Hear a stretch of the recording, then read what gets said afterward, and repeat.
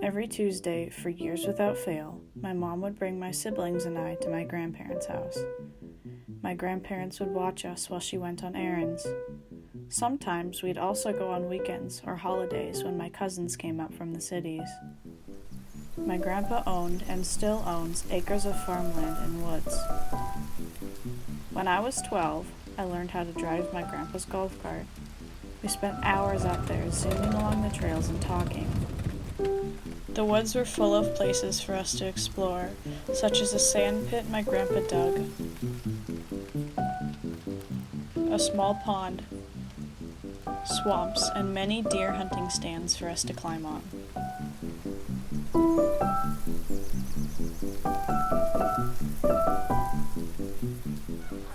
It was an escape from the adults and a way for us to bond.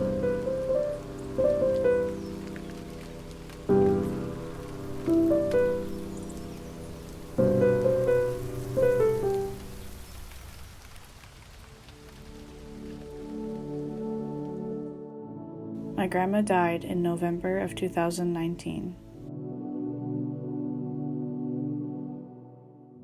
Since then, we've gone over there less and less. But I still remember all the things we did there and how much fun it was.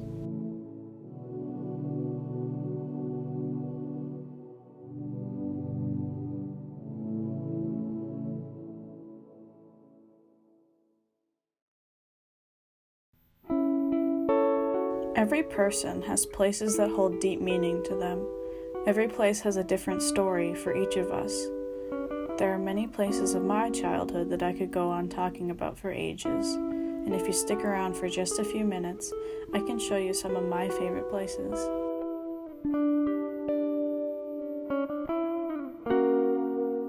Virginia, Minnesota.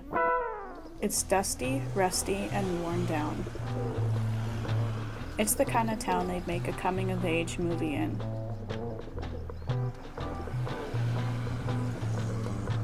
My grandma still lives there in the same house on the same street where my dad grew up.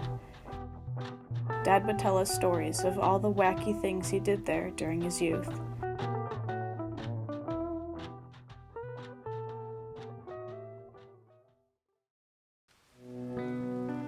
Across the street from my grandma's, there's an immense mine pit and a caged overlook.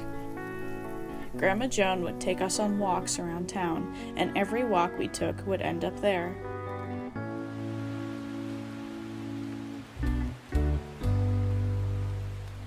There's a small trail next to the caged overlook, and we found this trail in 2018. And at the end of the trail, there's a beautiful view. The climb is difficult, but the spectacle is worth it.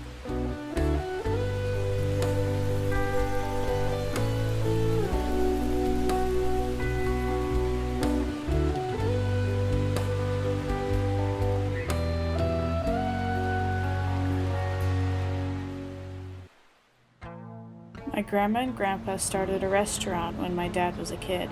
They sold it to a new owner before I was born, and now it's closed down. When we went there as kids, the people working there knew us as Joni's grandchildren. It's sad to see it closed, but it's a reminder of what once was. But a place that isn't closed down is my uncle's historic meat shop. Just the smell when I walk in fills me with nostalgia, and I have yet to taste beef jerky better than F&D's.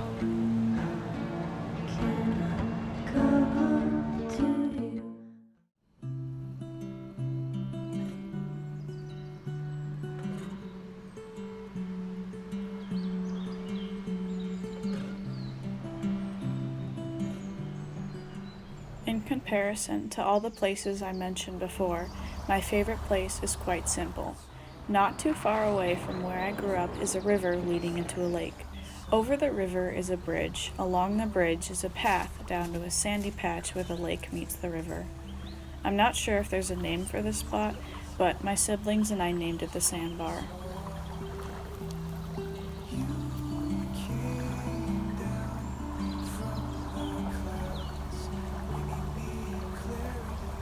We went there almost every day in the summer. It was our place, no adults, no rules, just water, sand, and sun. If my family took you there, we considered you special. Only a handful of my friends have seen it.